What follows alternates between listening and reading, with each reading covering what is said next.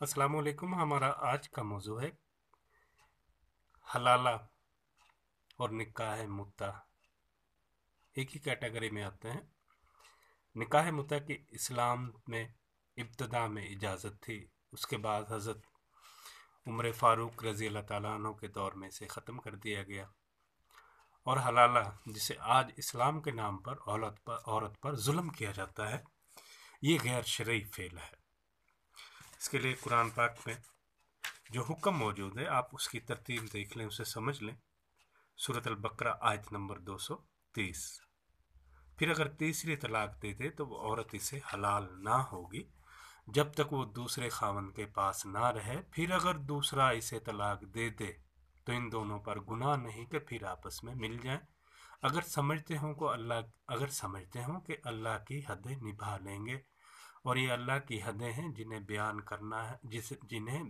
करता है दानिशमंदों के लिए। अब इसकी वजाहत थोड़ी सी मैं कर दूं कि जिस औरत का आम मामलात में निकाह होता है, उससे हम बिस्तरी हो जाती है, उस पर तलाक रजई होती है, तलाक बाइन नहीं होती। ये कहीं भी नहीं लिखा हुआ कि एक औरत को एक रात के लिए एक बंदे ने रखा, उससे हम बिस्तरी की, उसके बाद सुबह 3 तलाक़ें देते, तो ये इस्लाम का हिस्सा नहीं है। उसके बाद तो तलाक रजई वाक़या होती है, जिसके लिए 8 महीने कम से कम शौहर के घर रुकना होता है। 3 तलाक़ें वाक़या होती हैं, उसके बाद फिर 3 महीने की इद्दत है, तो ये 11 महीने तक का अरसा बनता है। उसके बाद तलाक का अमल मुकम्मल होता है। इसी तरह आप ये चीज़ देखें कि फ़र्ज़ करें कि औरत का रात को निकाह हुआ है एक बंदे से, किसी भी गैर कम अकल बंदे ने उनको मशवरा दे दिया कि जी आप इसका हलाला कर लें।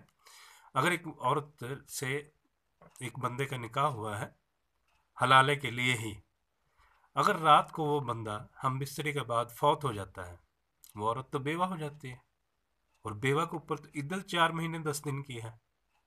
ये तो कोई भी मजहब या मसलक ये नहीं कहेगा कि बेवा की इद्दत ही नहीं है। बेवा की इद्दत किस तरह हो सकती है कि एक बंदा की फ़र्ज़ करे रात शाम को आपने निकाह किया, रात को शौहर ने हम बिस्तरी की है, तो उसके बाद तो वो बेवा हो गई, वो तो 4 महीने 10 दिन बाद ही दूसरा निकाह कर सकती है। इसी तरह जो औरत आम मामलात में जिस तरह उसका निकाह हो जाता है और निकाह के बाद हम बिस्तरी हो जाती है, हम बिस्तरी के बाद तलाक रजई वाक़या होती है, तलाक बाइन वाक़या नहीं होती। 3 तलाक़ें एक साथ नहीं होती।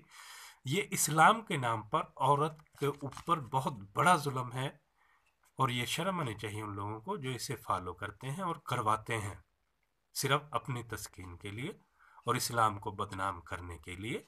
और वो औरतें जिनके साथ इस तरह किया जाए, तो वो कम से कम ये देखें कि वो उनको जिस बंदे ने तलाक दे दी, वो दोबारा उनका किस तरह बन सकता है।